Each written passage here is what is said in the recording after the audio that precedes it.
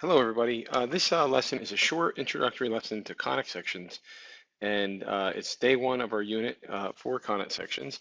So what we want to do is we want to just talk about the basic types of conic sections and what their equations generally look like so that you can quickly identify them and know what type you're dealing with. So as you can see here, the reason why we give the name conic sections is because these are sections that come from cutting through a conical solid. So you can see here from Wikipedia, I copied an image from Google Images, so I want to give credit. But we have a cone that's drawn, and that's a three-dimensional object. And when we cut the plane in one direction, across horizontally, we'll get a circle. When we cut on angle, if depending on how the cut goes through, we could get an ellipse, we could get a parabola, or we get a hyperbola. So there are all different types of equations that characterize each one of these, and that's what today's quick lesson is about. So the first equation, what we look for, we know that this is going to be a parabola, and the reason why we know it's going to be a parabola is because, let me spell it right, because we have just one squared term. The rest of the terms are linear. And because of that, we know that this forms a parabolic shape. The graph would be a sideways parabola, either going this way or this way, because it's of the form x equals y squared in that general sense. If the equation was in the form of y equals some form of x being squared, then it would be an up and down parabola. So just to kind of give you an idea of the general, all we want you to be able to do is look at the equation and name what type of shape you're going to be getting or what type of conic section you would have. In the next example, and the next three actually, we want to use this by comparison. If you have both terms are squared, then it's either going to be a circle, a hyperbola, or an ellipse. So the fact that we have squareds being added, that we have an x squared and a y squared term, we have addition going on. So we know it's either going to be a circle or an elliptical shape. Now, because the coefficients are identical, then we know that this is definitely a circle.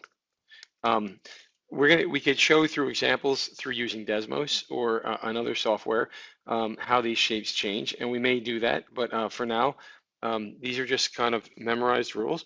The standard form for a circle, because if we go back up here and we look at the type for this equation is a circle equation, and the graph will look like a circle at some point h comma k, and the standard form of the equation will be x plus h quantity squared plus y minus k.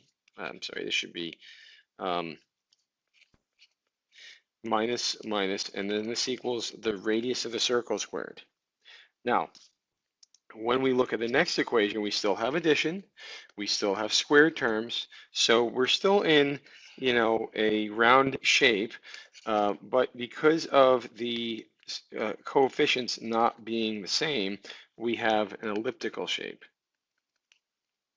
So the type of shape that this makes is an ellipse, and because the coefficients are not the same, we have it's elliptical and not circular. So that's the dead giveaway for that type of function. And the last one for a hyperbola is the fact that when we move the terms over to the same side, you end up getting 3x squared minus 4y squared equals 36. The idea here is that the squared terms we have squared terms. The coefficients are different, so we would be either between an ellipse or hyperbola, but so we have different coefficients. But because the minus sign, that takes our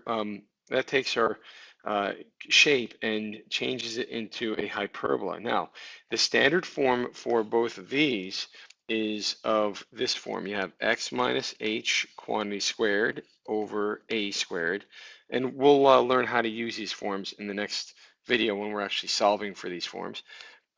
Plus y minus k squared over b squared equals 1. You always want to solve this equation for 1, unlike when we had the circle equation, we want to leave it in the form where we had the radius squared. For the hyperbola, it follows the same general pattern of a standard equation, except there's a minus sign in between.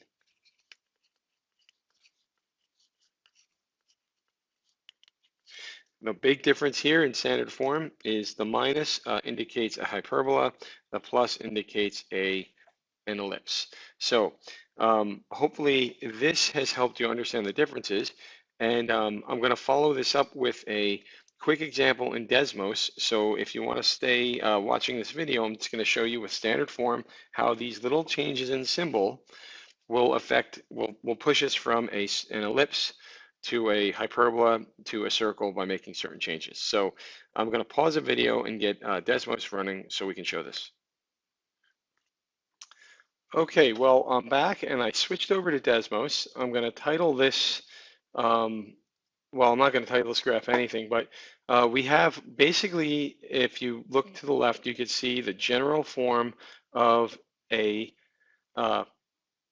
an ellipse because we have an A and a B value, but because A and B are both equal to 1, this represents a circle because our A coefficient and B coefficient are exactly the same. Now, to make this an ellipse, if I differ A from B, so right here I'm going to make A to be 3, and you can see that the ellipse has gotten 3 times wider on the x-axis than on the y-axis. So, and if I want to move the ellipse up or down, the h value, which is on the inside, this is kind of a parametric study, by moving it to the right, making h bigger, it's going to move it to the right, and then when I make h equal to a negative value, it moves it to the left. So hopefully this helps you understand how we move the functions left or right or up or down. I'm going to change a k value, that'll move it up or down on the y-axis.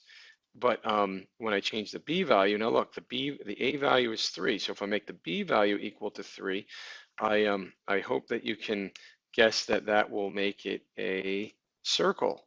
Now if I make b a little bit larger, on the y-axis, it's going to start to make it look more elliptical. I'll zoom out a little bit so you can see that. I'll make it really, really elliptical so that I have, basically you see how I've really stretched it on the y direction. So if you go back up and you look at the general equation again, by affecting this b value right here, I've changed the stretch, how stretchy it is, if you will, along the y-axis. Looking down at the b value, I'm going to go back to a more moderate value. Let's call it, let's make it go back to 1. And if I change now that, remember the difference between an ellipse, a circle as one subgroup, and a hyperbola is a minus sign. So I'm going to just change the sign to a minus, and now you can see that we have ellipses. So by affecting the a value, you can see the a value, that's going to cause the ellipse to, or the hyperbola, I'm sorry, to stretch more on the x-axis and move around a little bit. I'm going to just make a 1. And if I make b, by changing the b value, that changes the stretch along the y direction. So hopefully Desmos kind of helps you understand how to affect this general equation for a conic. And now I just change it back to a plus, so I'm back to an elliptical shape.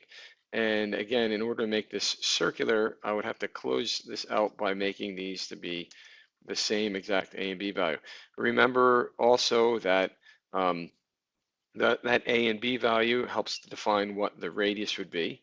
So, you know, again, general equation is the equation of a circle, ellipse, or hyperbola, and depending on if that's plus or minus, that will dictate if it's going to be a hyperbola. Hopefully this has helped you. Try out Desmos on your own, put these same general equations in, and play around with it for a little bit, and see if you know, you can't figure out how these parameters affect these conic sections. Hope this helps. Look forward to hearing your comments.